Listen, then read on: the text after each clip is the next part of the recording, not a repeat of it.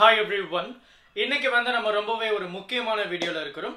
நிறைய ஸ்டூடண்ட்ஸ் வந்து பாத்தீங்கன்னா சார் எலக்ட்ரோமேக்னெட்டிக் இண்டக்ஷன் உடைய ஒரு ஃபாஸ்ட் ரீகேப்சுலேஷன் வீடியோ போட்டா நல்லா இருக்கும் அப்படினு சொல்லியிருந்தீங்க. சோ அதனால இன்னைக்கு எலக்ட்ரோமேக்னெட்டிக் இண்டக்ஷனை பார்த்துட்டு அடுத்து நம்ம வந்து ஆல்டர்னேட்டிங் கரண்ட்டை பத்தி நம்ம கொஞ்சம் பார்த்திரலாம். ரே ஆப்டிக்ஸை நம்ம ஆல்ரெடி அப்லோட் பண்ணியாச்சு, நீங்க செக் பண்ணி பார்த்துக்கோங்க. சோ இந்த எலக்ட்ரோமேக்னெட்டிக் இண்டக்ஷன் வந்து ரொம்பவே அழகா நமக்கு வந்து இந்த டாபிக்கை வந்து ஸ்டார்ட் பண்ணிருப்பாங்க. சோ என்ன அப்படினு பார்த்தோம்னா நமக்கு வந்து இந்த ஃபாரடே கான்செப்ட்ல இருந்து நமக்கு இந்த விஷயத்தை சொல்லியிருப்பாங்க. நம்ம அதே மாதிரி இந்த first chapter electric charges and ஃபீல்ட்ஸ்னுடைய ஃபாஸ்ட் ரீகேப்சுலேஷன் ஒரு 40 மினிட்ஸ்க்கு போட்டிருப்போம். அதே மாதிரி பார்த்தீங்கன்னா 4th சாப்டர் அதாவது மூவிங் சார்ஜஸ் அண்ட் மேக்னட்டிசம் அதை பற்றியும் நம்ம வந்து ஃபாஸ்ட் ரீகேப்சுலேஷன் ஒரு 50 மினிட்ஸ்க்கு வீடியோ போட்டிருக்கோம். அதை வேணால் நீங்கள் செக் பண்ணி பார்த்துக்கோங்க. ஸோ இது வந்து electromagnetic induction. So where we will talk about the magnetic concept da. So magnetic field vechida vandu we will discuss this entire chapter but in different dimensions appdin kuda nama sollalam. So first enna appadina Faraday. So Faraday வந்து ஒரு அழகான ஒரு விஷயத்தை வந்து அவர் சொல்றாரு. So இவர் சொல்ற இந்த அப்சர்வேஷனை கொஞ்சம் நல்லா கேட்டுக்கோங்க. இது சம்டைம்ஸ் வந்து நமக்கு 3 மார்க்ல வந்து ரொம்ப கேட்கக்கூடிய ஒரு கேள்வி. அப்படி இல்லைன்னா கேஸ் ஸ்டடியோ இல்லை ரீசன் அசெஷன்ஸ்லையோ நமக்கு கேட்கறதுக்கான வாய்ப்புகள் ரொம்பவே அதிகமாக இருக்கு. ஃபாஸ்ட்டாக முடிச்சிடலாம், ஒன்றும் பெரிய விஷயம்லாம் கிடையாது. ஸோ இதுதான் வந்து எனக்கு ஒரு காயில். இந்த காயிலில் வந்து பார்த்தீங்கன்னா நம்ம கேல்வனோமீட்டரை கனெக்ட் பண்ணியிருக்கோம். ரைட். ஸோ கேல்வனோமீட்டர் நம்ம கனெக்ட் பண்ணியிருக்கோம். இதில் வந்து நீடில் வந்து இப்படி இருக்குன்னு வச்சுக்கலாம். ஸோ இப்போ நம்ம இன்னொரு இடத்துல என்ன பண்ண போறோம் அப்படின்னா நம்ம வந்து ஒரு பார் மேக்னெட்டை கொண்டு வரோம். இதுதான் இங்கே வந்து இதில் இருக்கிற முக்கியமான விஷயம். நல்லா அப்சர்வ் பண்ணிக்கோங்க. இப்போ என்ன பண்றேன் அப்படின்னா இந்த பார் மேக்னெட் இங்க இருந்து நான் கிட்ட கொண்டு வரேன். ஸோ பொதுவாக நமக்கு என்ன தெரியும், ஒரு பார் மேக்னெட் அப்படின்னு சொல்லும்போது அதில் எனக்கு மேக்னெட்டிக் லைன்ஸ் வந்து ப்ரொடியூஸ் ஆகும். மேக்னெட்டிக் ஃபீல்டு வந்து ஆப்வியஸ்லி அங்கே இருக்க போகுது. ஸோ அதே மாதிரி இந்த இடத்துல வந்து எனக்கு மேக்னெட்டிக் ஃபீல்ட் லைன் வந்து இருக்கு. ஸோ நார்த் போல்ல இருந்து வெளியே வரும், சவுத் போல்ல இருந்து உள்ள போகும் அப்படின்றது உங்களுக்கு நல்லாவே தெரிஞ்ச ஒரு விஷயம் தான். ஸோ இந்த மாதிரி ஒரு பார் மேக்னெட்டை நான் கிட்ட கொண்டு போறேன். ஸோ கிட்ட கொண்டு போகும்போது என்ன ஆகும், நமக்கு பேசிக் ஐடியா என்ன தெரியும் அப்படின்னா எனக்கு மேக்னெட்டிக் ஃபீல்டு வந்து மேக்னெட்டிக் பக்கத்தில் இருக்கும்போது கொஞ்சம் ஸ்ட்ராங்கா இருக்கும், தூரம் போகும்போது என்னுடைய மேக்னெட்டிக் ஃபீல்டு ஸ்ட்ரென்த் வந்து குறைஞ்சிரும் அப்படின்றது நமக்கு தெரியும். பட் அதே மாதிரி இந்த இடத்துல வந்து எனக்கு number of magnetic field lines ரொம்பவே அதிகமா இருக்கும், டென்சரா இருக்கும் அப்படின்றதும் நம்ம வந்து படிச்ச ஒரு விஷயம் தான். அப்ப அந்த மாதிரி ஒரு பார் மேக்னெட் இந்த காயில் ஒரு circular coil which is a conductor. Okay, ஒரு சர்க்குலர் காயிலுக்கு பக்கத்துல கொண்டு போகும்போது என்ன அப்சர்வ் பண்றாங்க அப்படின்னு பாத்தீங்கன்னா இந்த கேல்வனோமீட்டர்ல இப்படி ஒரு டிஃப்ளெக்ஷன் ஆகுது. எப்போ இந்த பார் மேக்னெட்டை நான் கிட்ட கொண்டு போகும்போது இந்த நீடில் இப்படி இருந்த நீடில் வந்து கேல்வனோமீட்டர்ல இப்படி இருந்த நீடில் வந்து இப்படி ஷிஃப்ட் ஆகுது. எப்போனா எப்படி நான் இந்த பார் மேக்னெட்டை கிட்ட கொண்டு வரும்போது இப்படி ஷிஃப்ட் ஆகுது. ஸோ இந்த பக்கம் திரும்புது, எப்படி நான் கிட்ட கொண்டு போகும்போது இப்படி திரும்புது. ரைட்டா? ஸோ அதே மாதிரி என்ன சொல்றாங்க அப்படின்னா இந்த பார் மேக்னெட்டை இப்படி கொண்டு வரும்போது நீடில் இப்படி திரும்பிருச்சு. இதே இடத்துல இந்த பார் மேக்னெட் இந்த காயில இருந்து தூரம் விலகி கொண்டு போகும்போது என்ன நடக்குதுன்னா இப்படி கொண்டு போகும்போது இப்ப இந்த மாதிரி இருந்த நீடில் வந்து இப்ப மறுபடியும் இப்படி வருது. நீடில் வந்து இந்த பக்கம் ஷிஃப்ட் ஆகிறத அவங்க வந்து நோட் பண்றாங்க. ஸோ இதுல இருந்து என்ன சொல்ல வர்றாங்க அப்படின்னு பாத்தீங்கன்னா ஒரு காயில் ஸ்டேஷனரியா வச்சிருக்கேன். இந்த பார் மேக்னெட்டை நான் காயிலுக்கு கிட்ட கொண்டு வரும்போது there is some deflections in the galvanometer. பொதுவாக galvanometerல எப்போ deflections இருக்கும், when there is a presence of current. கரெக்டா? அப்ப இந்த பார் மேக்னெட்டை கிட்ட கொண்டு போகும்போது இந்த இடத்துல காயில் இப்படி ஷிஃப்ட் ஆகுது, தூரம் கொண்டு போகும்போது காயில் அப்படி ஆப்போசிட்ல ஷிஃப்ட் ஆகுது. ஸோ இந்த இடத்துல இருந்து நம்ம ஒரு அப்சர்வேஷன் என்ன சொல்லணும் அப்படின்னா எனக்கு இந்த காயில் தூரத்துல இருந்து கிட்ட வரும்போது அங்க மேக்னெட்டிக் ஃபீல்டு சேஞ்ச் ஆகுது இல்லையா? ஸோ கிட்ட வர வர வர என்ன ஆகும், மேக்னெட்டிக் ஃபீல்டு இன்க்ரீஸ் ஆகிட்டே போகும், இன்க்ரீஸ் ஆகிட்டே போகும், இன்க்ரீஸ் ஆகிட்டே போகும். இப்படி எடுத்து போகும்போது டிக்ரீஸ் ஆகிட்டே போகும். அதே அந்த பாரம் இப்படி வரும்போது இன்க்ரீஸ் ஆகும், இன்க்ரீஸ் ஆகும், இன்க்ரீஸ் ஆகும், எப்படியே தூரம் விலைக்கு போகும்போது டிக்ரீஸ் ஆகிட்டு போகுது. அப்ப என்ன ஆகுதுன்னா when there is a change in magnetic field, இதுதான் ரைட். since இந்த காயில் ஏரியா அப்படின்னு சொல்லும்போது we talk about flux. so when there is a change in magnetic flux எனக்கு என்ன ப்ரொடியூஸ் ஆகுதுன்னா இந்த இடத்துல இந்த கரண்ட் இந்த EMF வந்து இன்டியூஸ் ஆகுது அப்படின்றத இந்த இடத்துல நம்ம வந்து பயன்படுத்துறோம். EMF இன்டியூஸ் ஆகுது, நம்ம உருவாக்குறதுனால இன்டியூஸ்டு EMF அப்படின்னு கூட நம்ம சொல்லணும். அப்போ அதே இடத்துல இந்த பார் மேக்னெட் அப்படியே தூரத்துல இருந்து அப்படியே கொண்டு வந்து இங்க நிறுத்திட்டேன்னு வச்சுப்போம். இந்த பொசிஷன்ல இந்த பார் மேக்னெட்டை நிறுத்திட்டேன். இங்க இருந்து கொண்டு வந்து அப்படியே கொண்டு வர மேக்னெட்டிக் ஃபீல்ட் இன்க்ரீஸ் ஆகுது, இங்க வந்து நிறுத்திட்டேன். இப்போ என்ன ஆகுது, இந்த காயில்ல இந்த பார் மேக்னெட் ப்ரொடியூஸ் பண்ணக்கூடிய மேக்னெட்டிக் ஃபீல்டு இங்க இருந்து இங்க கொண்டு வரும்போது சேஞ்ச் ஆகிட்டே இருந்தது. எனக்கு கேல்வனோமீட்டர்ல டிஃப்ளெக்ஷன் இருந்தது. ஒன்ஸ் அந்த பார் மேக்னெட்டை ஒரே இடத்துல ஸ்டேபிளா வச்சுட்டேன்னா இப்போ இந்த காயில்ல மேக்னெட்டிக் ஃபீல்டு சேஞ்ச் ஆகல, ஏன்னா அது ஒரே இடத்துல தான் இருக்கு. அப்போ மேக்னெட்டிக் ஃபீல்டு சேஞ்ச் ஆகல, இந்த இடத்துல கேல்வனோமீட்டர்லயும் டிஃப்ளெக்ஷன்ஸ் இல்ல. அப்போ இங்க என்ன தெளிவா சொல்ல வர்றாங்க, எனக்கு மேக்னெட்டிக் ஃப்ளக்ஸ் மாறும்போது இஎம்எஃப் வந்து இன்டியூஸ் ஆகுதுன்னு சொல்றாங்க. ரைட், மேக்னெட்டிக் ஃப்ளக்ஸ் மாறும்போது இஎம்எஃப் வந்து இன்டியூஸ் ஆகுதுன்னு சொல்றாங்க. ஸோ அதே இடத்துல அதே காயில், அதே கேல்வனோமீட்டர், ரைட்டா, இப்போ இன்னொரு காயில் வச்சிருக்காங்க. இந்த காயில வந்து நம்ம சப்ளை கொடுக்குறோம், ஒரு பாசிட்டிவ் டெர்மினல், நெகட்டிவ் டெர்மினல். இப்போ என்ன பண்றோம்னா இந்த காயில கரண்ட் கொடுத்ததும் நமக்கு தெரிஞ்ச ஜெனரலான விஷயம், ஓயிஸ்டர் என்ன சொல்லியிருக்காரு, எனக்கு கரண்ட் ஒரு கண்டக்டர்ல போச்சுன்னா அந்த கண்டக்டரை சுத்தி மேக்னெட்டிக் ஃபீல்டு ப்ரொடியூஸ் ஆகும். மூவிங் சார்ஜஸ் அண்ட் மேக்னெட்டிசம், பைட் சர்க்யூட்ல, ஆம்பியர் சர்க்யூட்ல ஏகப்பட்ட விஷயத்தை நம்ம படிச்சிருக்கோம். அப்போ இந்த இடத்துல கரண்ட் போகுதுன்னா இது சுத்தி மேக்னெட்டிக் ஃபீல்டு வந்து ப்ரொடியூஸ் ஆகும். கரெக்டா, அதுவும் பர்பெண்டிகுலர்ல இருக்கும் அந்த கரண்ட்டுக்கு, மேக்னெட்டிக் ஃபீல்டு ப்ரொடியூஸ் ஆகுது. இப்போ என்ன பண்றோம்னா இந்த காயில கிட்ட கொண்டு வரும். கிட்ட கொண்டு வரும்போது என்ன ஆகும், மேக்னெட்டிக் ஃபீல்டு இன்க்ரீஸ் ஆகும், இந்த காயில இன்க்ரீஸ் ஆகும். தூரம் கொண்டு போகும்போது மேக்னெட்டிக் ஃபீல்டு டிக்ரீஸ் ஆகும். அப்ப அந்த மாதிரி இன்க்ரீஸ் அண்ட் டிக்ரீஸ் ஆகும்போது கிட்ட கொண்டு வரும்போது நீடில் இப்படி போறதும், தூரம் கொண்டு போகும்போது நீடில் இப்படி போறதும் அவங்க நோட் பண்றாங்க. அப்ப இந்த இடத்துல நம்ம என்ன சொல்றோம், இது ரெண்டுமே ஆப்போசிட் டைரக்ஷன்ல இருக்கு, இது ரெண்டுமே ஆப்போசிட் டைரக்ஷன்ல இருக்கு. சோ ப்ரீவியஸ் கேஸுமே அப்படிதான், இது ரெண்டுமே எப்படி இருக்கு, ஆப்போசிட் டைரக்ஷன்ல இருக்கு, இது ரெண்டுமே ஆப்போசிட் டைரக்ஷன்ல இருக்கு. ரொம்ப முக்கியமான விஷயம், ஆப்போசிட் டைரக்ஷன்ல இருக்குது. ரைட், சோ அடுத்து இந்த ரெண்டு கேஸ்ல நம்ம என்ன சொன்னோம், பார் மேக்னெட் மூவ் ஆகுது, இந்த சாலினாய்டு இந்த காயில் வந்து மூவ் ஆகுது, அப்போ there is a change in flux. அப்போ there is a change in flux அப்படினு சொல்லும்போது எனக்கு galvanometer டிஃப்ளெக்ஷன் இருந்தது, அப்போ EMF இன்டியூஸ் ஆச்சுன்னு நம்ம சொன்னோம். கரெக்ட்டா, EMF இன்டியூஸ் ஆச்சுன்னு நம்ம சொன்னோம். ஆனா அதே ஒரு காயில் இருக்கு, galvanometer இருக்கு, இன்னொரு காயில் இருக்கு, ரைட், இது பவர் சப்ளை இருக்கு. இப்போ இந்த காயிலும் ரெஸ்ட்ல இருக்கு, இந்த காயிலும் ரெஸ்ட்ல இருக்கு. இப்போ இந்த காயில நம்ம கரண்ட் அனுப்பும்போது இந்த இடத்துல EMF இன்டியூஸ் ஆகுமா அப்படின்னு சொல்லி கேக்குறாங்க. அப்ப EMF எப்படி இன்டியூஸ் ஆகும் நமக்கு பாருங்களேன். இப்போ நம்ம வந்து இது ஆன் ஆஃப் அப்படின்னு வச்சிருக்கோம். இப்போ ஆன் பண்ணும்போது என்ன ஆகும், சடனா மேக்னெட்டிக் ஃபீல்ட் இன்க்ரீஸ் ஆகும், ஆஃப் பண்ணும்போது டிக்ரீஸ் ஆகும். அப்போ ரெண்டு காயில நம்ம ஸ்டேஷனரியா வச்சிருந்தா கூட நான் ஆன் ஆஃப் பண்ணும்போது மேக்னெட்டிக் ஃபீல்ட் வரும் வராது, வரும் வராது, வரும் வராது. அப்ப என்ன ஆகுது, magnetic field keep on changing. அந்த இடத்துல கூட there is a slight deflection, அப்படி டக்குன்னு வந்துட்டு டக்குன்னு போயிடுது. ஸோ அந்த இடத்துலயும் ஈவன் தான் எனக்கு ரெஸ்டா இருந்தாலுமே எனக்கு இந்த இடத்துல மேக்னெட்டிக் ஃபீல்ட் டிக்ரீஸ் இன்க்ரீஸ் ஆகுறதுனால ஜீரோ மேக்ஸிமம் ஆகுறதுனால அங்க மேக்னெட்டிக் ஃப்ளக்ஸ் வந்து சேஞ்ச் ஆகுது. அப்போ இந்த இடத்துலயும் there is a slight deflection, so EMF is induced. so இதுதான் ரொம்ப அழகா நம்ம ஃபாரடே வந்து ஒரு மேத்தமேட்டிக்கல் எக்ஸ்பிரஷனை ரொம்ப சூப்பரா கொடுத்திருப்பாரு. எப்படி கொடுத்திருப்பாருன்னா d5b, எப்படி d5b by dt which is equal to EMF அப்படின்னு சொல்லியிருப்பாரு, which is equal to EMF அப்படின்னு சொல்லியிருப்பாங்க. அப்போ நமக்கு ஒரு பேசிக்கான ஒரு அண்டர்ஸ்டாண்டிங் என்ன தெரியும் அப்படின்னு பார்த்தீங்கன்னா ஃப்ளக்ஸ் அப்படின்றது என்னது, b a cos theta. கரெக்ட்டா, அப்போ எப்போ when my angle is equal to 90 degree, எதுக்கு, என்னுடைய மேக்னெட்டிக் ஃபீல்டோ ஏரியா வெக்டரோ 0 டிகிரி இருக்கும்போது எனக்கு மேக்ஸிமம் ஃப்ளக்ஸ் வந்து ப்ரொடியூஸ் ஆகுது. இதை பத்தி நம்ம எலக்ட்ரிக் ஃப்ளக்ஸில் ரொம்ப டீட்டெயிலாக பேசியிருக்கோம். அதே தான் இந்த இடத்துல நம்ம பேச போறோம் ஃப்ளக்ஸ். ரைட்டா, அப்போ this is very simple. அப்போ when we try to apply here நமக்கு என்ன தெரியுது, EMF which is equal to d5b, அதாவது change in flux, right, or rate of change of flux, EMF வந்து induce ஆகுது. if it has n number of turns I can also write capital N. நம்ம அந்த எல்லா கேஸ்லயும் என்ன பார்த்தோம், எனக்கு வந்து அந்த மேக்னெட்டிக் ஃபீல்டு கிட்ட வர்றதும் நீடில் வந்து ஆப்போசிட்ல போறதை நம்ம பார்த்தோம். ஆப்போசிட் டைரக்ஷன் நான் சொன்னேன் இல்லையா, அப்போ here we will have negative sign.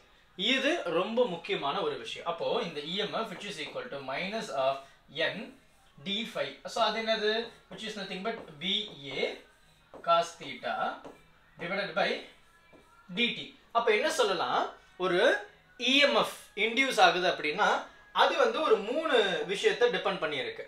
ஒன்னு நம்பர் ஆஃப் டர்ன்ஸ், ரெண்டு மேக்னெட்டிக் ஃபீல்ட், மூணு ஏரியா, நாலாவது இந்த மேக்னெட்டிக் ஃபீல்டுக்கும் அந்த பிளேனுடைய ஏரியா வெக்டாருக்கும் இருக்கக்கூடிய ஆங்கிள். அப்போ என்னுடைய காயில்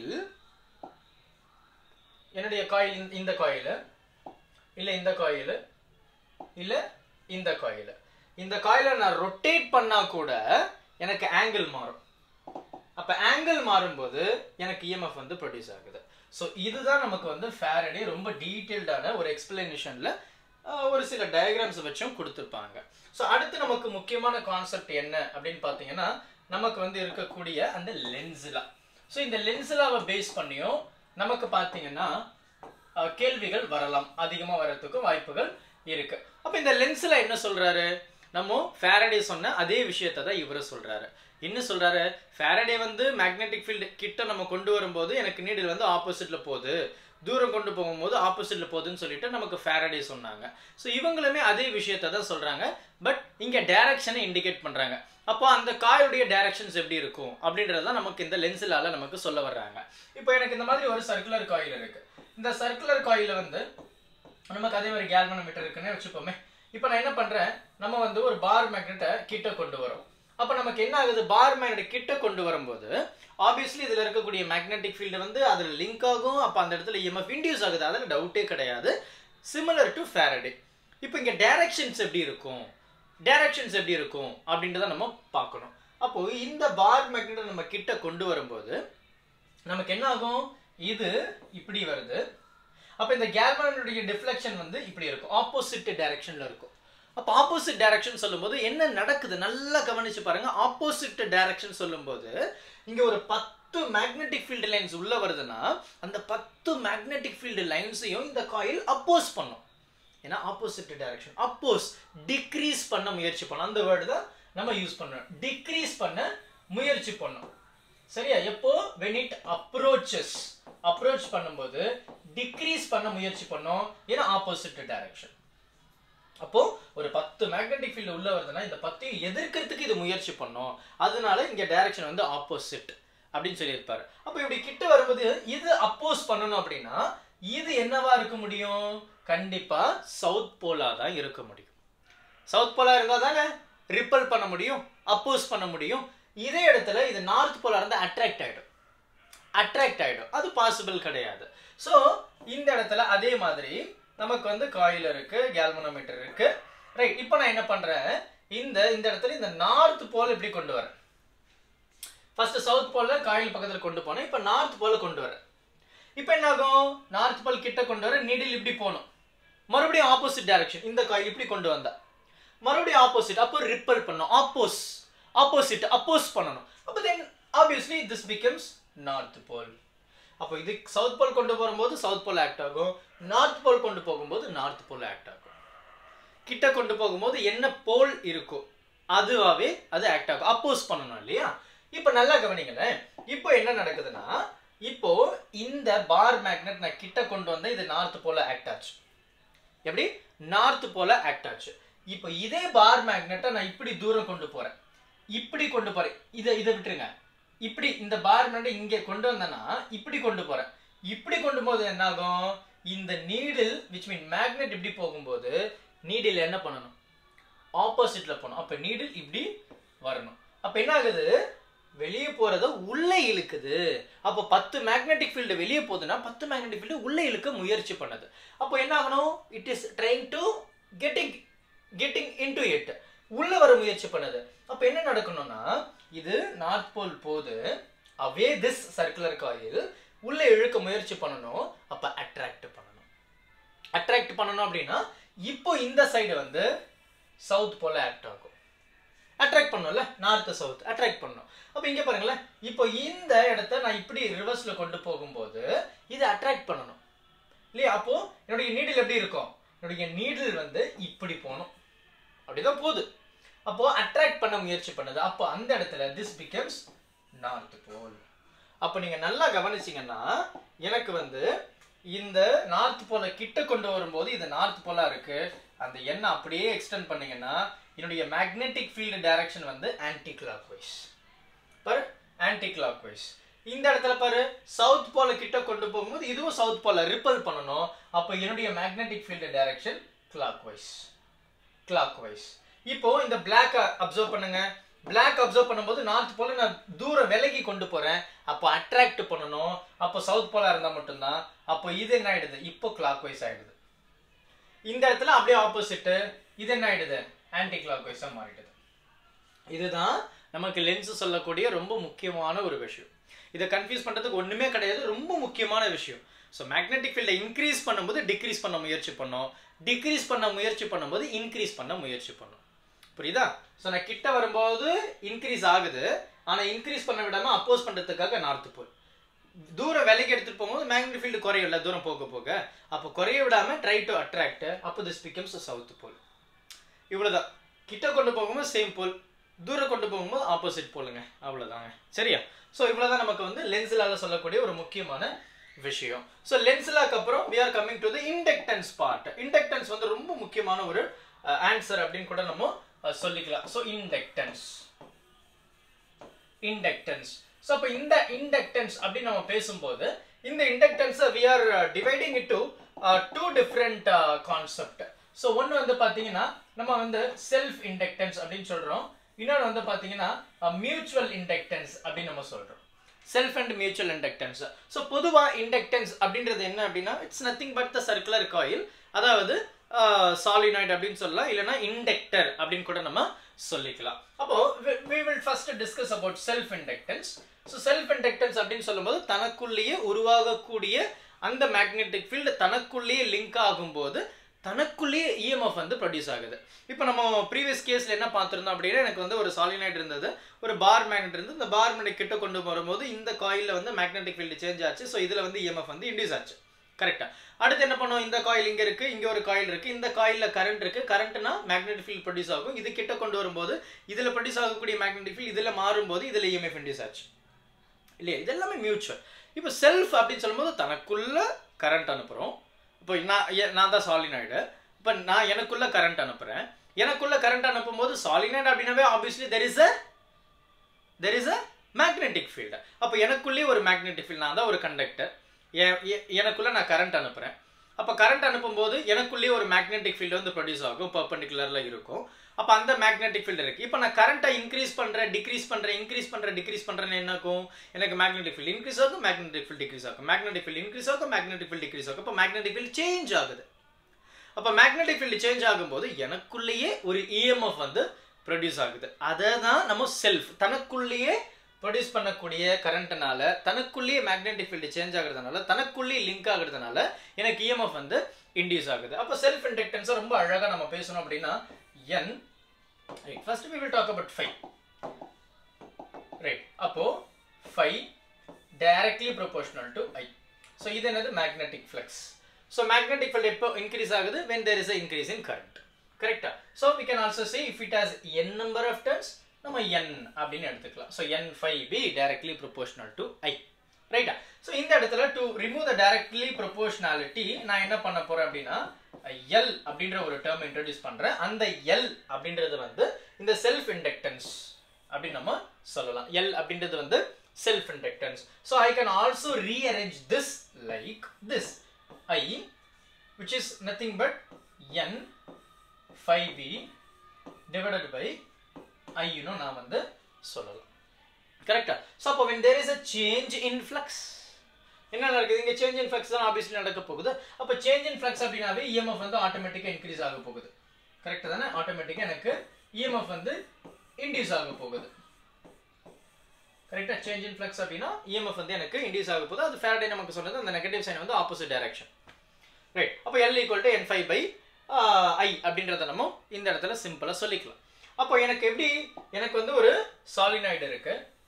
இந்த சாலினாய்டுல வந்து நம்ம கரண்ட் அனுப்புறோம். Right, let me say this is AC source. அப்ப AC sourceல தான் எனக்கு மாறிட்டே இருக்கும். அப்ப எனக்கு மேக்னெட்டிக் ஃபீல்ட் வந்து இந்த காயில்ல சேஞ்ச் ஆயிட்டே இருக்கும். மேக்னெட்டிக் ஃபீல்ட் வந்து இந்த காயில்ல சேஞ்ச் ஆயிட்டே இருக்கும். அப்ப எனக்கு என்னது? இந்த செல்ஃப் இண்டக்டன்ஸ் நான் என்ன சொல்லலாம்? L which is equal to n phi b by I ன்னு சொல்லலாம். கரெக்ட்டா? So n phi b. Phi b அப்படின்றது என்ன? Magnetic flux. அப்ப n phi b which is equal to n அப்படின்றது இந்த சாலினாய்டுல இருக்கக்கூடிய total number of turns. So அதை என்ன சொல்லலாம்? கேபிட்டல் N அப்படின்றது வந்து small n L.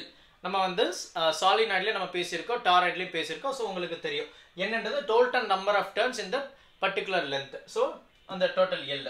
So n equal to NL அப்படின்னு சொல்றோம். ஸோ ஃப்ளக்ஸ் அப்படின்றது நமக்கு தெரியுமே. ஃப்ளக்ஸ்ன்றது நம்ம ஜஸ்ட் நம்ம ஃபவுண்ட் இல்லையா. ஃப்ளக்ஸ் அப்படின்றது வந்து B A cos theta. So இங்க பாத்தீங்கன்னா எனக்கு இதனுடைய இந்த காயிலுடைய ஏரியா வெக்டர் எப்படி இருக்கு, எனக்கு ஏரியா வெக்டர் இப்படி தான் இருக்கு, மேக்னெட்டிக் ஃபீல்ட் எப்படி இருக்கு, இப்படி தான் இருக்கு. So my angle is 0 degree, அதுல எந்த ஒரு டவுட்டுமே கிடையாது. ஸோ அப்போ அதை நான் அப்படியே எழுதுறேன், பி ஏ காஸ் 0 டிகிரி. அப்போ இது எப்படி மாறுது பாருங்களேன். ஸோ இது வந்து இன்னும் சிம்பிளா நம்ம எழுதலாம். அப்போ n phi b which is equal to n l. இது சாலினாய்டு தானே. அப்போ எனக்கு மேக்னெட்டிக் ஃபீல்ட் வந்து சேஞ்ச் ஆகிட்டே இருக்கு. அப்போ சாலினாய்ட்ல ப்ரொடியூஸ் பண்ணக்கூடிய மேக்னெட்டிக் ஃபீல்ட் நமக்கு தெரியும் mu naught n i. So mu naught n i சிம்பிளா முடிஞ்சது. அண்ட் a அப்படின்றது வந்து area of this coil a அப்படின்னு கூட வச்சுக்கலாம். ரைட், a வச்சுக்கலாம். ஏன்னா cos 0 degree is nothing but 1. அப்போ n phi என்னுடைய வேல்யூ கிடைச்சிருச்சு. we need self inductance L. அப்ப L அப்படின்றத நம்ம எப்படி எழுதலாம், ரொம்ப சிம்பிளா எழுதலாமே. இங்க பாருங்க, L which is equal to n phi b by I. so n phi b என்ன, இதுதான் n phi b. அப்ப n L mu naught n I a divided by I. இப்போ என்ன நடக்குது, எனக்கு இந்த ரெண்டு ஐயும் கேன்சல் ஆயிடுச்சு. ரெண்டு ஐயும் கேன்சல் ஆயிடுச்சு. so I can also say my self inductance L which is equal to mu naught அதுக்கப்புறம் n ஸ்கொயர், இந்த ரெண்டு n ஸ்கொயர், அதுக்கப்புறம் பார்த்தீங்கன்னா ஐ போயிடுச்சு இல்லையா. அப்போ a then what we have L. இதுதான் எனக்கு வந்து செல்ஃப் இண்டக்டன்ஸ்ல இருக்கக்கூடிய வேல்யூவா இருக்கு. Suppose if it is placed, இது வந்து ஏர்ல இருக்கிறதுனால நம்ம வந்து ஒரு ரிலேஷன் பார்த்துருப்போம், epsilon naught epsilon r equal to epsilon அப்படின்னு. சப்போஸ் எனக்கு வந்து ஏர்ல பிளேஸா இருக்கும்போது இதனுடைய வேல்யூ வந்து 1. அப்போ இங்க மியூ ஆர் இருக்கு, that is equal to 1. அப்போ how we can write if it is not in air? அப்போ mu naught mu r n square a l. அவ்வளவுதான் முடிஞ்சு போச்சு. அவ்வளவுதான் முடிஞ்சு போச்சு. அப்போ நம்ம எல்லா இடத்துலயும் நம்ம என்ன சொன்னோம், எனக்கு வந்து இந்த மேக்னெட்டிக் ஃபீல்டு வந்து இதை அப்போஸ் பண்ணும், அதனால தான் இந்த நெகட்டிவ் சைன்லாம் வந்தது அப்படின்றத நம்ம பேசணும். அப்போ அப்போஸ் பண்ணதுன்னு சொல்லும்போது இந்த இடத்துல we can also say very important thing, inertia அப்படின்ற ஒரு விஷயத்தை கூட நம்ம இந்த இடத்துல பயன்படுத்தலாம். ஏன்னா நான் மேக்னெட்டிக் ஃபீல்ட் இன்க்ரீஸ் ஆக அது டிக்ரீஸ் பண்ணிட்டு போகுது அக்கார்டிங் டு லென்ஸ் இல்ல. அப்போ how I can write dw work done which is equal to EMF times I. இது எப்படி வந்தது சார், எனக்கு புரியல. நமக்கு தெரிந்த general equation V which is equal to work done per unit charge ன்னு சொல்லுவோம். அப்போ work done அப்படின்றது வந்து இந்த Q இப்படி போயிடுச்சுன்னா V times Q அப்படின்னு சொல்லுவோம். So W which is equal to V அப்படின்றது என்ன, EMF தான். So I ன்றது வந்து just we are mentioning that as current, அவ்வளவுதான். அப்போ அதுதான் இங்க நான் மென்ஷன் பண்ணியிருக்கேன். So we will consider only the magnitude of the EMF. So minus n d phi by dt n d phi by dt அப்படின்னு தான் எடுக்க போறேன், since we have considered only the magnitude. அப்போ இந்த இடத்துல நம்ம என்ன சொல்லலாம், this is nothing but with respect to time. Obviously there is a time. அதுல எந்த ஒரு சேஞ்சஸ்மே கிடையாது. So dw dt which is equal to and the EMF di by dt இல்லையா. சோ இந்த EMF உடைய வேல்யூ நமக்கு தெரியும். அப்போ dw by ddt which is equal to EMF ன்றதுனா n d phi b by dt. இது என்னது, di. so obviously நமக்கு time வரதுனால we just mentioned. so time di.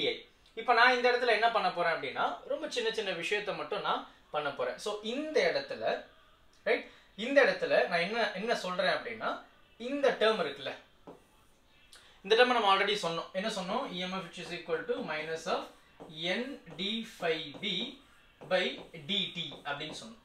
அதே மாதிரி self inductance L which is equal to n d phi by I ன்னு சொன்னோம். கரெக்ட்டா.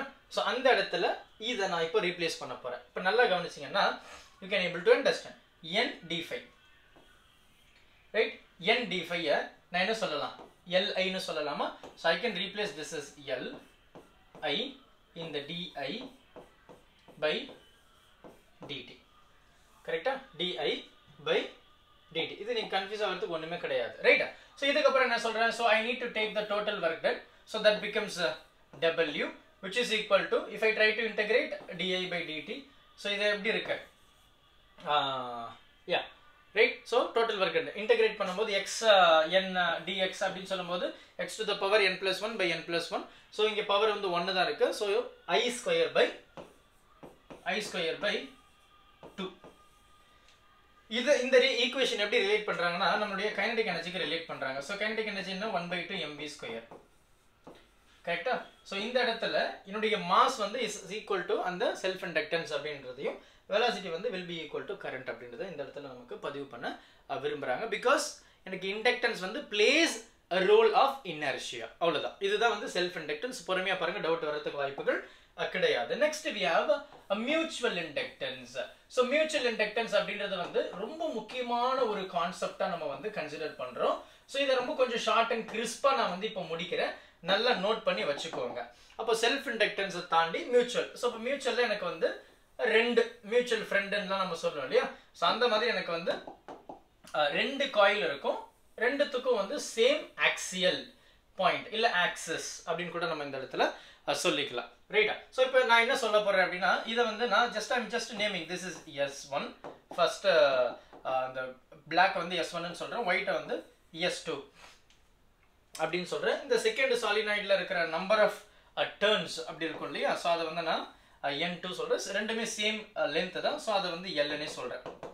ரைட்டா? ஸோ அப்போ அதே மாதிரி பிளாக் அப்படின்னு சொல்லும்போது பிளாக்ல வந்து பார்த்தீங்கன்னா எனக்கு நம்பர் ஆஃப் டர்ன்ஸ் வந்து N1 இல்லையா? அது நான் ஃபர்ஸ்ட் காயில் அப்படின்றதுனால N1 அப்படின்னு வச்சிருக்கேன். அதனுடைய லென்த்தை நான் L அப்படின்னே வச்சிருக்கேன். ஏன்னா எனக்கு நம்பர் ஆஃப் டர்ன்ஸ் ஆப்வியஸ்லி மாறும், அதுல எந்த ஒரு டவுட்டுமே கிடையாது.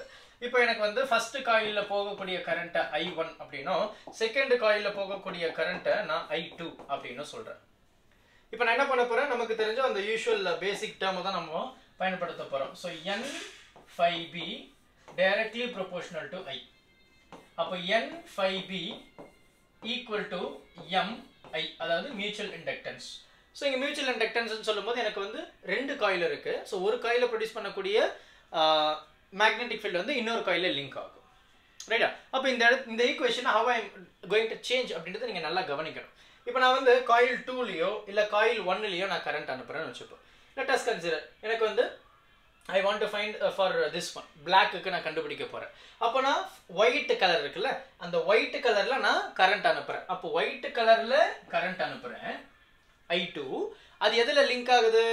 இந்த பிளாக் கலர், அதாவது ஃபர்ஸ்ட் காயில், இந்த ஃபர்ஸ்ட் காயில்ல லிங்க் ஆகுது. அப்போ செகண்ட் காயில்ல கரண்ட் அனுப்பும்போது ஃபர்ஸ்ட் காயிலுடைய நம்பர் ஆஃப் டர்ன்ஸ்லயும் ஃபர்ஸ்ட் காயில்லயும் மேக்னெட்டிக் ஃப்ளக்ஸ் லிங்க் ஆகுது. அப்போ இது என்னது? 1 with respect to 2. Mutual inductance of first coil with respect to 2. யார் ரெஸ்பான்சிபிள்? செகண்ட் காயில் தானே. ஸோ அதனால M12. இதில் டவுட் வராது. சரியா? ஸோ அதை அப்படியே நம்ம வச்சுக்கலாம். அண்ட் இதில் நமக்கு என்ன வேணும் அப்படின்னா நம்ம முன்னாடியே சொன்ன மாதிரி M12 which is equal to N1∅1 by இந்த I2. ஸோ நமக்கு இந்த N∅1 அதுதான் நமக்கு தேவைப்படுது. ஸோ அதை நான் இப்போ நான் கண்டுபிடிக்க போறேன். So how I can N1∅B 1. அப்போ N1 ன்றது நம்பர் ஆஃப் டர்ன்ஸ் 1, அதனுடைய லென்த் L. செல்ஃப்ல பண்ணது தான். ஃப்ளக்ஸ்ன்றதுனா BA, Bன்றது என்ன? Magnetic field. Bன்றது என்ன? Magnetic field. அப்போ அந்த மேக்னெட்டிக் ஃபீல்டு நான் அப்படியே எழுதுறேன். μ0 சாலினாய்டு தானே, μ0 NI1. இதில் டவுட் வரதுக்கு வாய்ப்புகள் கிடையாது. அப்போ அதே மாதிரி அதனுடைய ஏரியா, ஏன்னா BA ஏரியா. அப்போ நான் ஒயிட் கலர்ல அனுப்புறேன், அது எதுல லிங்க் ஆகுது? பிளாக் கலர் லிங்க் ஆகுது. பிளாக் கலருடைய ஏரியா என்ன? Pi R1². ஏன்னா ஃபர்ஸ்ட் காயில் அப்படின்றதுனால நான் இந்த இடத்துல அப்படியே வச்சிருக்கேன். சரி, அப்படியே வச்சிருக்கேன். இப்போ இங்க பாருங்க, μ0 இது இந்த காயில், மேக்னெட்டிக் ஃப்ளக்ஸ் எதுல லிங்க் ஆகுது? இதுல ப்ரொடியூஸ் ஆகிற மேக்னெட்டிக் ஃபீல்டு இதுல லிங்க் ஆகுது. ஸோ அதனுடைய நம்பர் ஆஃப் டர்ன்ஸ் இந்த N1, இந்த லென்த் வந்து L. எதுல மேக்னெட்டிக் ஃபீல்டு ப்ரொடியூஸ் ஆகுது? மேக்னெட்டிக் ஃபீல்டு ப்ரொடியூஸ் ஆனது இந்த ஃபர்ஸ்ட் காயில், சாரி இந்த ஒயிட் கலரு. ஸோ அது வந்து N2 எதுல லிங்க் ஆச்சு? ஒயிட் கலர், பிளாக் கலர்ல. எதுல கரண்ட் அனுப்புறோம்? செகண்ட். ஸோ 2. சரியா? ஸோ 2. இதை நான் கிளியரா எழுதியாச்சு. ஸோ இந்த N∅ அதில் நான் சப்ஸ்டியூட் பண்ணுறேன். இஃப் ஐ சப்ஸ்டியூட், நல்லா பாருங்களேன், இந்த N1∅1 N1 L mu naught n2 I2 அடுத்து pi r square 1 whole divided by I2. இப்போ நான் என்ன பண்ணலாம், இந்த ரெண்டு I2 நான் கேன்சல் பண்ணலாமா? இந்த ரெண்டு I2 கேன்சல் பண்ணலாம். ரெண்டு I2 கேன்சல் பண்ணிட்டேன். ஸோ ரிமைனிங் டேர்ம் எனக்கு என்ன இருக்கு, இந்த m12 which is equal to இந்த mu naught n1 இருக்கு, n2 இருக்கு, அடுத்து என்ன இருக்கு, L இருக்கு, அடுத்து வந்து pi r1 ஸ்கொயர் இருக்கு. இவ்வளவுதான் மியூச்சுவல் இண்டக்டன்ஸ். சரியா? For m12. அப்ப m21க்கு எப்படி இருக்கும்? m21 இதே மாதிரி தான், கிட்டத்தட்ட சிமிலர் தான். அப்போ எனக்கு என்ன நடக்குது, எனக்கு வந்து ஃபர்ஸ்ட் காயில் இருந்தது அந்த பெரிய காயில் S2, அதுக்குள்ள ஒரு black கலர் காயில் S1. கரெக்ட்டா? சோ நான் என்ன பண்றேன், m12 ன்னு கண்டுபிடிச்சேன், இப்போ m21 கண்டுபிடிக்க போறேன். அப்போ அதே n5 m21 கண்டுபிடிக்க போறேன். அப்போ இதெல்லாம் நான் கண்டுபிடிப்பேன். மியூச்சுவல் இண்டக்டன்ஸ் இன் இது S1, இது S2. Mutual inductance in coil 2 with respect to 1. அப்ப நான் எதுல கரண்ட் அனுப்புறேன், ஃபர்ஸ்ட்ல கரண்ட் அனுப்புறேன். அப்படியே ஆப்போசிட் ஆஃப் தட் ஒன். அப்ப எதுல லிங்க் ஆகுது, எனக்கு செகண்ட் இந்த ஒயிட் கலர்ல லிங்க் ஆகுது. சோ அது என்னது 1 S1 சாரி 2. கரெக்ட்டா? சோ இங்க நம்ம ரைட்டா 2 அங்க 1 போட்டோம், இங்க 2. அப்ப ஃப்ளக்ஸ்மே எனக்கு வந்து 2 தான். ரைட்டா? சோ இத நான் அப்படியே இம்ப்ளிமென்ட் பண்ண போறேன். சோ ஐ நீட் m21 அப்படின்றது என்ன, n2 phi2 by I1. கரெக்ட்டா? இப்போ நான் அப்படியே சப்ஸ்டிட்யூட் பண்ண போறேன். அப்ப எனக்கு வந்து n phi2 வேணும், n2 phi2 வேணும். சோ n2ன்றது number of turns second, phi magnetic field அதேதான் mu naught n I. கரெக்ட்டா? mu naught n I. So எதுல லிங்க் ஆகுது, எனக்கு வந்து இதுல அனுப்புறோம் இத இந்த ஃபர்ஸ்ட் காயில் ரைட். சோ அதுல நான் கரண்ட் அனுப்புறேன், எதுல ப்ரொடியூஸ் ஆகுது அதுல தான். இது உங்களுக்கு கன்ஃபியூஷன் வந்தா you can just go through this one. இந்த பாருங்க n2 I2. அப்போ இங்க வந்து n1 I1. இத கூட நீங்க இப்படி ஞாபகம் வச்சுக்கலாம். அடுத்த ஏரியா, இங்க ஏரியா தான் நமக்கு வந்து இருக்கக்கூடிய ட்விஸ்ட். அப்ப நம்ம வந்து ஃபர்ஸ்ட் காயில் அனுப்பும்போது நம்ம செகண்ட் காயிலுடைய ஏரியா தானே எடுக்கணும். ஆனா நம்ம மறுபடியும் ஃபர்ஸ்ட் காயிலுடைய ஏரியா தான் எடுப்போம். ஏன் எடுப்போம் அப்படின்னா, எனக்கு இந்த இடத்துல அதாவது சாலினாய்டுடைய சென்டர்ல தான் எனக்கு யூனிஃபார்ம் மேக்னெட்டிக் ஃபீல்ட் இருக்க போகுது. கரெக்ட்டா? அப்போ இதுல ப்ரொடியூஸ் ஆகக்கூடிய மேக்னெட்டிக் ஃபீல்ட் இங்கேயே வந்து பிரிஞ்சிடும், இப்படி வந்துடும், பிரிஞ்சிடும் இல்லையா? ஆனா இங்க வந்து யூனிஃபார்மா இருக்கும். சோ அதனால டு மேக் இட் யூனிஃபார்ம் நம்ம same area pi r1 square அந்த ஏரியாவே நம்ம எடுத்துக்க போறோம். அப்ப இது அப்படியே நம்ம இங்க டைரக்ட்டா சப்ஸ்டிட்யூட் பண்ணி பாருங்க. So we have n2 L mu naught n1 I1 அப்புறம் pi r1 square divided by I1. இப்போ என்ன பண்ணலாம், இந்த I1 கேன்சல் பண்ணலாம். கரெக்ட்டா? I1 கேன்சல் பண்ணலாம். So I can say like m21 which is equal to the mu naught n1 n2 L pi r1 square. mu naught n1 n2 L pi r square. இங்க பாருங்க mu naught n1 n2 L pi r square. அப்போ எனக்கு இந்த இடத்துல என்ன prove பண்றோம் அப்படின்றத நம்ம சொல்லலாம். m12 will be equal to m21. So which is nothing but mu naught mu r if it is not in air n1 n2 L pi r1 square. இதுதான் நமக்கு வந்து இருக்கக்கூடிய விஷயம். ஸோ பொறுமையாக பாருங்க, டவுட் வர்றதுக்கான வாய்ப்புகள் கிடையாது. ஸோ நெக்ஸ்ட் கான்செப்ட் நமக்கு என்ன இருக்கு அப்படின்னு பார்த்தீங்கன்னா, next we have a AC generator. Right, AC generator வந்து ரொம்ப ஒரு முக்கியமான ஒரு கான்செப்ட் ரைட்டா. ஸோ ஏசி ஜெனரேட்டர்ன்றது ரொம்ப முக்கியமான கான்செப்ட். ஸோ அதில் வந்து நமக்கு ஒரு டயக்ராம் கொடுத்துருப்பாங்க. ஸோ அந்த டயக்ராமில் வந்து we will be using Fleming's right hand rule. AC ஜெனரேட்டருடைய principle Fleming's right hand rule. So அந்த இடத்துல வந்து நமக்கு மேக்னெட்டிக் ஃபீல்டு இருக்கும், அந்த காயிலை வந்து we just rotate. ஸோ எனக்கு வந்து கரண்ட் வந்து இன்டியூஸ் ஆகும், இன்டியூஸ்டு கரண்ட், அதுதான் முக்கியம். when we try to change the area, அதுதானே ஃபேரடே சொல்லியிருக்காரு. நம்ம அந்த ஒரு காயில் ரெஸ்ட்ல வச்சிருந்தோம். இதை நம்ம மாற்றும் போது மேக்னெட்டிக் ஃபீல்டு மாறும்போது இதில் என்ன ஆச்சு, எனக்கு இஎம்எஃப் இன்டியூஸ் ஆச்சு, இஎம்எஃப் வந்து இன்டியூஸ் ஆச்சு. ஸோ அதே தான் இந்த இடத்துல ஏசி ஜெனரேட்டர் எனக்கு 2 மேக்னெட் இருக்கு, ரைட்டா, நார்த் போல் சவுத் போல்னு இருக்கு. நான் என்ன சொன்னேன், அதே மாதிரி என்னுடைய ஆங்கிள் சேஞ்ச் பண்ணாலுமே எனக்கு என்ன நடக்குது, அந்த இடத்துல இஎம்எஃப் வந்து இன்டியூஸ் ஆகுது. EMF which is equal to n BA cos theta by dt. அப்போ ஆங்கிள் சேஞ்ச் ஆகுது நான் சொன்னேன் ஃபேரடேல.